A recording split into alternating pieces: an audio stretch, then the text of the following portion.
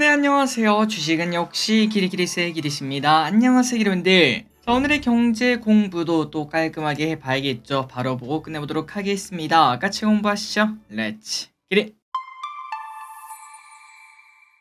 첫 번째입니다. 어제 미국은 AI는 급등, 전기차는 급락. 일단 애플부터 보도록 할까요? 어제 애플은 EU에서 2.7조 원의 과징금을 때리며 2% 넘게 하락하는 모습을 나타냈습니다. 과징금을 이렇게 때린 이유가 뭔가 봤더니 바로 반독점법 위반 때문이라고 하는데, 그러다 보니까 애플의 주가는 당연히 나쁠 수밖에 없었고요. 그리고 테슬라는 급락하는 모습을 나타냈었습니다. 최근 들어 바닥에서 슬금슬금 올라오다가 하루아침에 7%나 급락하는 모습을 나타냈고, 그 이유는 중국에서 2월 판매 부진 소식이 나오면서 늘 나왔던 그 악재죠. 전기차 경쟁 심화 플러스 결국 판매 부진이 나타나면 또 가격을 내려야 되지 않겠습니까? 여러 가지 안 좋은 이야기가 겹치며 주가가 하락하는 걸 확인할 수 있습니다. 게다가 시간 내에서도 1.3%나 추가 하락했다고 하니까 오늘 저녁도 걱정이 되네요. 다만 이 와중에 엔비디아는 이미 화성 도착했고요. 그리고 이제는 목성으로 가는 중이라고 합니다. 어제도 3% 강세를 나타냈고,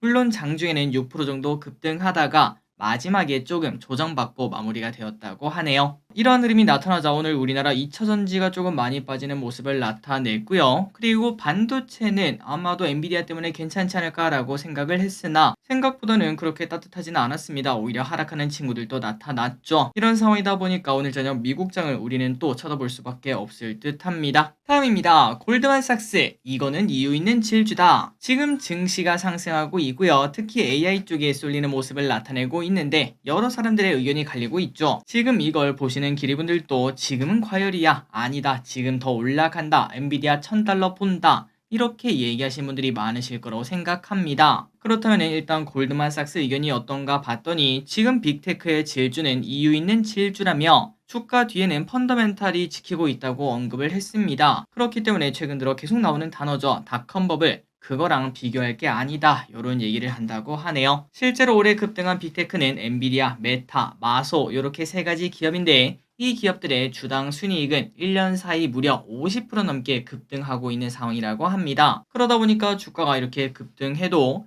절대 과열이 아니다. 이렇게 본다는 거겠죠. 또한 닷컴 버블 때는 PSR이 10이 넘는 기업이 35%, 그러니까 과열 징후가 나타나는 기업들이 35%나 되었는데, 그런데 지금은 24%밖에 안 된다며 그때랑 지금 비교하기는 아직은 좀 이르다. 이러한 의견을 가진다고 하네요. 하지만 그 반대 의견도 당연히 있습니다. 일단 대표적인 강세론자인 톰 리, 이 아저씨 아마 알고 계실 거라고 생각합니다. 그런데 이 아저씨가 갑자기 다음 주에 발표될 CPI를 조심하자 이렇게 언급을 했습니다. 이 CPI가 발표되면서 대규모 매도세가 나타나며 주가가 쭉 빠질 수 있다는 건데요. 그 근거가 뭔가 바로 역사적으로 미국에서 1월 CPI가 예상보다 높게 나왔다면은 2월도 연달아 높았던 데이터를 확인할 수 있다고 합니다. 그러니까 CPI가 높게 나오면 또다시 증시가 충격을 받고 금리 인하 가능성이 또 뒤로 밀릴 수 있다는 거겠죠. 그리고 JP모건에서도 비트코인과 함께 달리는 증시가 거품이 끼고 있다고 언급을 하고 있습니다. 지금은 1990년대 후반 닷컴 버블, 그리고 몇 년 전이죠. 팬데믹 급등, 그때를 연상시키는 상승이라고 조심할 필요가 있다라고 말을 한다고 하네요. 방금 전 골드만삭스의 이야기에서는 빅테크들의 실적이 좋아지고 있다라고 언급하지 않았겠습니까? 하지만 JP모건이 봤을 때는 이제 지금부터는 수익 전망이 낮아지고 있기 때문에 시장은 너무나 낙관적이다 이렇게 평가를 한다고 하는데, 과연 누구의 말이 맞을지는 시간이 지나봐야 알 수 있겠죠. 다만 저 기리스는 개인적으로 오름 있으면 내림이 있다, 그리고 내림 있으면 오름이 있다 파기 때문에 오를수록 현금 비중을 챙기는 전략이 가장 옳다고 생각합니다. 우리가 절대 고점, 저점 그런 것들을 맞출 수는 없기 때문이죠. 다만 얼마나 현금 비율을 챙길지는 여러분들이 얼마나 증시를 낙관적으로 보는지 혹은 비관적으로 보는지 거기에 맞춰서 조절하시면 될 것 같습니다. 다음입니다. 밈코인 또 달려요. 항상 대장주가 쭉쭉 달려주면은 그 다음 차례는 낙수 효과가 나타나기 마련입니다. 그래서 다른 월드코인이라든지 이더리움 등 요런 친구들도 달리기도 했었고, 그리고 이제는 그 다음에 어딘가 바로 이제 밈코인밖에 남지 않았겠죠. 실제로 최근 들어 밈코인이 급등하고 있다고 하는데, 최근 일주일 동안 시바이누라는 코인은 무려 4배나 급등하는 모습을 나타냈고요. 그리고 도지코인도 2배나 급등하는 모습을 보였다고 합니다. 그래서 이제 이러한 민코인까지 매우 급등하는 모습을 나타내니까 이거 이렇게 말을 될지 모르겠지만 곧 단기 고점은 뜨겠구나라는 생각이 절로 든다고 하네요. 자, 요즘 들어 여러분들 아마 느끼실 거라고 생각합니다. 회사라든지 아니면 친구들 사이에서 코인 이야기가 슬슬 들리기 시작할 텐데 저끼리 또 요즘 들어 좀 느끼고 있긴 하거든요. 옛말부터 그런 말이 있죠. 이제 뭐 식당에 밥 먹으러 갔는데 코인 이야기가 들리면은 고점이다. 과연 이번에도 진짜 그럴지 한번 지켜보도록 하겠습니다. 다음입니다. 중국도 투자하지 마라. 사실 코스피 코스닥도 야 코인 또 신고가 미국 또 신고가인데 우리는 뭐하냐 국장 탈출은 지능순 이러한 얘기가 나올 수밖에 없는 상황인데요. 그런데 진짜 난리 난 곳은 바로 중국이었죠. 그러다 보니까 저 길에서는 항상 이제 좀 역발상이라고 할진 모르겠지만 떨어짐 있으면 오름이 있다 이런 팔아서 중국을 관심 있게 보고 있고 최근 들어 이렇게 급등하는 모습을 나타내기도 했었죠. 하지만 골드만삭스는 중국 투자에 더 신중을 기하라고 언급을 했습니다. 중국 경제 성장의 3가지 포인트는 부동산, 인프라, 수출 요 3가지라고 말을 할 수 있는데 여전히 이 3가지가 바닥이 아니라 더 둔화될 가능성이 있다고 합니다. 물론 최근 들어 단기적 부양책으로 이제 증시가 좀 상승하고 마침 지금 이제 양이 아니겠습니까? 이때까지는 상승하는 모습을 나타냈으나 이게 지속될지는 미지수이기도 하며 중국 부동산 시장이 아직까지 바닥이 아니라고 생각한다고 하네요. 그리고 최근 들어 이렇게 증시가 상승했던 이유는 양유에 대한 기대감 그런 것도 있었는데 이 또한 뉴스의 팔아라 흐름이 나타날 수 있다고 합니다. 혹시나 중국 쪽에 관심이 있다면 이러한 시각도 참고하시기 바랍니다. 다음입니다. 중국 올해 GDP 성장률 5% 목표. 중국에서 올해 GDP 목표치를 작년이랑 동일하게 5% 안팎을 제시했다고 합니다. 이는 시장 전망치에 부합하는 정도라고 하는데요. 물론 5%면은 우리 입장에서는 정말 훌륭한 성장률이라고 말을 해볼 수 있지만 그런데 중국에서는 역대 가장 낮은 수치 중 하나라고 합니다. 중국 입장에서는 코로나가 정말 밉다고 합니다. 코로나가 터지고 난 다음부터 중국은 지속적으로 5% 목표치를 제시하는 모습을 나타내고 있습니다.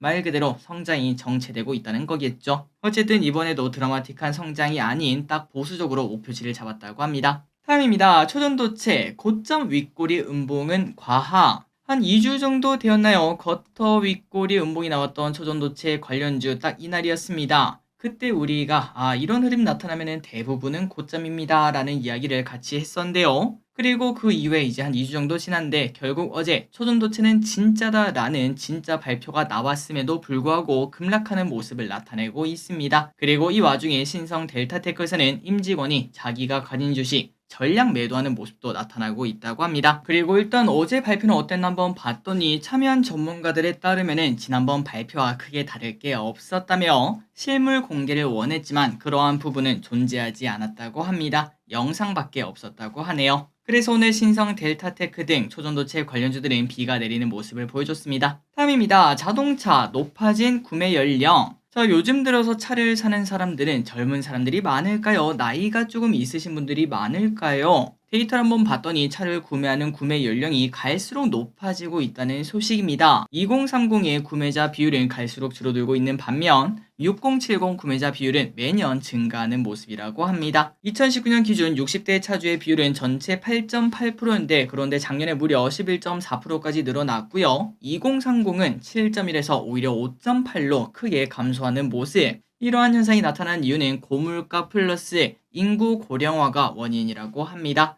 특히 최근 들어 부품 가격 인상 등으로 자동차 가격이 많이 오르지 않았겠습니까? 그러다 보니까 2030이 쉽게 살 수 없는 가격이 되었다는 거겠죠. 게다가 이제는 시대가 바뀌고 있다는 것도 중요하다고 합니다. 자동차를 소유하기보다는 공유하기를 원하는 경향이 크다 보니까 면허를 따지 않는 사람도 확실하게 늘어나고 있다고 합니다. 실제로 운전면허 학원들도 수강생이 없다 보니까 줄줄이 폐업하고 있다는 소식 우리가 지난번에 봤었는데 이 흐름이 이제 차량 판매하는 연령까지도 영향을 주고 있다는 거겠죠. 그래서 자동차 업계는 어떻게 하면 젊은 사람들이 차를 사게 만들까 여기에 대한 고민이 깊어진다고 합니다.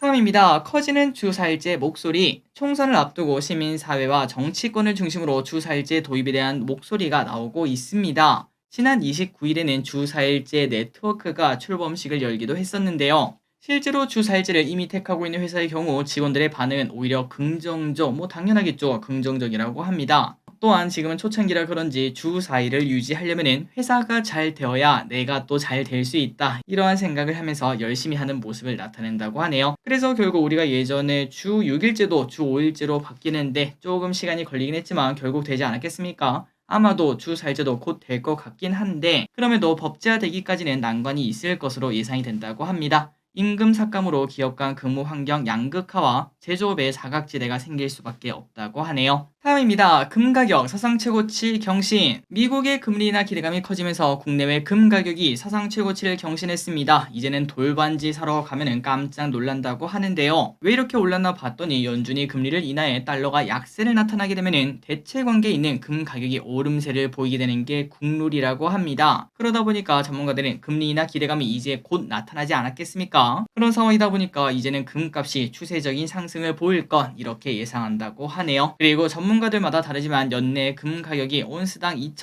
2,550달러까지도 갈 수 있다. 무려 20% 정도 더 오를 수 있다는 의미가 될 것 같은데 실제로 금값이 계속 올라갈지 아니면은 지난번에 부자 아빠 있죠. 부자 아빠는 금이 폭락한다라고 말을 했는데 그 사람 말처럼 폭락할지 한번 보도록 하겠습니다. 또한 구리도 관심 있게 보라고 합니다. 연준이 금리를 인하면은 금가만 오르는 게 아니라고 하는데요. 바로 구리도 그 중심에 있을 수 있고 더 크게 오를 수 있다고 합니다. 골드만삭스는 2년물 금리가 100bp 하락하면 구리는 6% 상승이 즉각적으로 나타날 것이라고 언급을 했고요. 또한 중국이 잘 성장해 준다면 구리 수요도 늘어나면 당연히 구조적으로 이렇게 가격이 올라갈 수밖에 없겠죠. 그렇기 때문에 중국도 좋게 보고 그 다음에 금리 인하를 확실하게 예상한다면 충분히 구리는 관심을 가질 필요가 있어 보입니다. 다만 금리가 언제 내릴지는 잘 모르겠지만요. 다음입니다. 밸류업 ETF 어떤 종목을 볼까? 지난번에도 확인했다시피 밸류업 프로그램의 일환으로 한국거래소에서 저 PBR 지수를 개발하고 있다는 거 봤었죠. 그리고 그 ETF가 언제 나오나 봤더니 4분기쯤 ETF가 나타날 수 있다고 합니다. 그리고 KB증권은 당연히 ETF가 나중에 생기면 계속 주가가 좋은 흐름을 나타낼 확률이 있지 않겠습니까? 그래서 어떤 게 들어갈지 한번 예상을 해봤다고 합니다. 키리분들도 한번 확인해 보시고 야, 이 기업은 그 저 PBR 없이도 괜찮은데 그렇다면은 그 기업은 꼭 매수를 해볼 필요가 있겠죠. 어떤 기업이 있는가? 코스피에서는 산업재 종목인 현대엘리웨이, 노르페인트, S1, LS일렉트릭, 포스코인터, 일진전기, 두산밥켓, 한미글로벌, 그리고 금융업종인 메리츠금융지주, 키움증권, 제비금융지주, 삼성증권 이렇게 꼽았다고 합니다. 다음으로 코스닥에서는 IT와 관련된 하이비전 시스템, 비츠로셀, AP위성, 에로티베큐 이러한 기업들을 꼽았다고 하는데요. 이 중에 PBR 1.7인 종목들도 있다고 하지만 아니 기린 이거 누가 예상했냐? 저 PBR 관련주인데 1.7은 너무한 거 아니냐? 라고 볼 수 있지만 한국거래소가 마냥 싼 기업만 넣는 게 아니라 주주 가치를 소중히 하는 그러니까 뭐 배당도 많이 주고 주주 환원에 적극적인 그런 회사도 넣는다고 말을 했기 때문에 이런 기업도 들어가 있는 걸 확인할 수 있다고 합니다. 어쨌든 위 기업들 한번 공부를 해보시면 좋을 것 같네요. 3초 뒤에 넘어가도록 하겠습니다.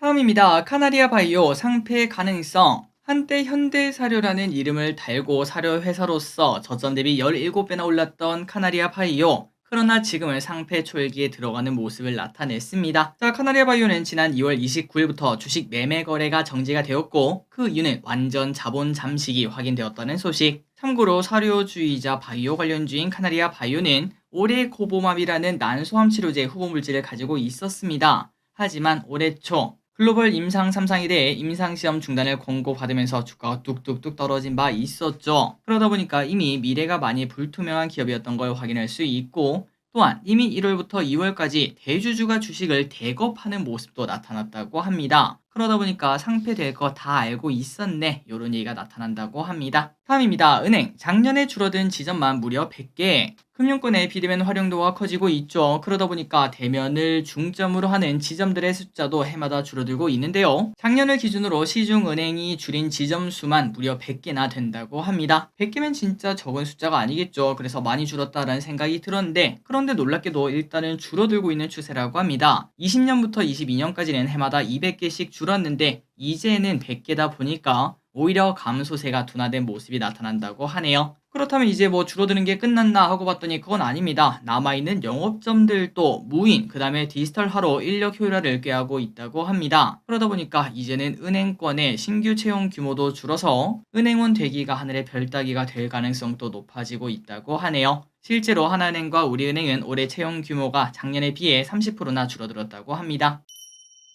다음입니다. 금양. 와, 배터리를 개발해 오늘 금양이라는 기업이 매우 뜨거운 모습을 보여줍니다. 그 이유는 기존 2170 배터리를 업그레이드해서 4695 배터리 개발 성공 소식이 나타났기 때문인데요. 그래서 금양 측에서는 에너지 밀도를 극대화하고 충전 속도를 늘릴 수 있을 것으로 금양 측에서는 기대한다고 합니다. 다음 소식입니다. 포스코홀딩스 오랜만에 상승 흐름. 이 친구도 상태가 정말 안 좋았다가 최근 오랜만에 45만원까지 회복하는 모습을 보여줬는데요. 그리고 그 이유는 바로 리튬 때문이었다고 합니다. 최근 들어 리튬 가격 반등이 나타나며 포스코홀딩스가 좋은 모습을 보였다는 거겠죠. 다만 리튬에 대한 전망은 여전히 갈리고는 있습니다. 최근 바닥을 쳤다는 이야기가 있었고 확실히 주가 상승도 나타나긴 했지만 마침 또 어제 테슬라가 급락하며 앨범알이라는 기업도 덩달아 하락을 했죠. 그리고 전문가들 사이에서도 리튬 공급 과잉 국면이 더 이어질 수 있다며 추가적으로 리튬 가격이 하락할 수 있기 때문에 투자에 주의를 하라 이렇게 언급하고 있다고 합니다. 이제 또 어려워지기 시작하죠. 우리가 만약에 2차전지나 리튬 여기에 관심이 있다면은 야 이게 진짜 지금이 바닥일까 아니면 잠시 변덕이었을까 이러한 고민을 또 해봐야 될 것 같습니다. 다음입니다. 국민소득 4,400만원 돌파. 한국은행이 작년 국민소득 잠정치를 발표했는데 원화 기준 4,405만원으로 전년비 3.7%가 증가했다고 합니다. 국민소득은 한나라 국민의 평균적인 생활 수준을 보여주는 지표죠. 2021년에 4천만원을 처음 돌파하고 작년에는 4,400만원을 기록했다고 하니까 확실히 증가하고 있습니다. 그리고 2022년에 대만한테 잠시 역전되어서 걱정이 나왔으나 다시 또 재역전하는 모습도 보여줬다고 하네요. 마지막 소식입니다. 월드코인 홍채 등록 잠정 중단. 월드코인을 보유한 국내 보유자가 5만 명을 넘어섰다고 합니다. 그리분들이 아시다시피 월드코인은 개인 동의를 통해 홍채 정보를 수집하고 그 대가로 다수의 월드코인을 지급하고 있다는 이야기가 나왔었죠. 그래서 지금 이 가격에 그 홍채 정보를 넘기면은 80만 원인가 그 정도의 코인을 받을 수 있다고 합니다. 그러다 보니까 많은 사람들이 등록을 했다고 하죠. 하지만 여기에 대한 논란이 갈수록 커지며 결국 이제서야 개인정보위원회가 조사에 착수했다는 소식입니다. 물론 홍채 정보를 받고 월드코인을 지급하는 것은 현행법상 불법은 아니라고 합니다. 하지만 걸면 걸릴 수도 있다고 하는데요. 개인정보를 수집할 때 목적에 필요한 최소한의 정보를 수집해야 되는데 월드코인은 수집 목적이 광범위하기 때문에 여기에 대한 논란은 나타날 수 있다고 합니다. 그래서 월드코인 측은 한국에서 3주 동안 신규 등록을 잠정 중단한다고 하니까 참고하시기 바랍니다. 오늘의 공부 여기까지 끝났습니다. 항상 이렇게 같이 공부해서 진심으로 감사합니다. 지금까지 기리셨습니다. 빠이요.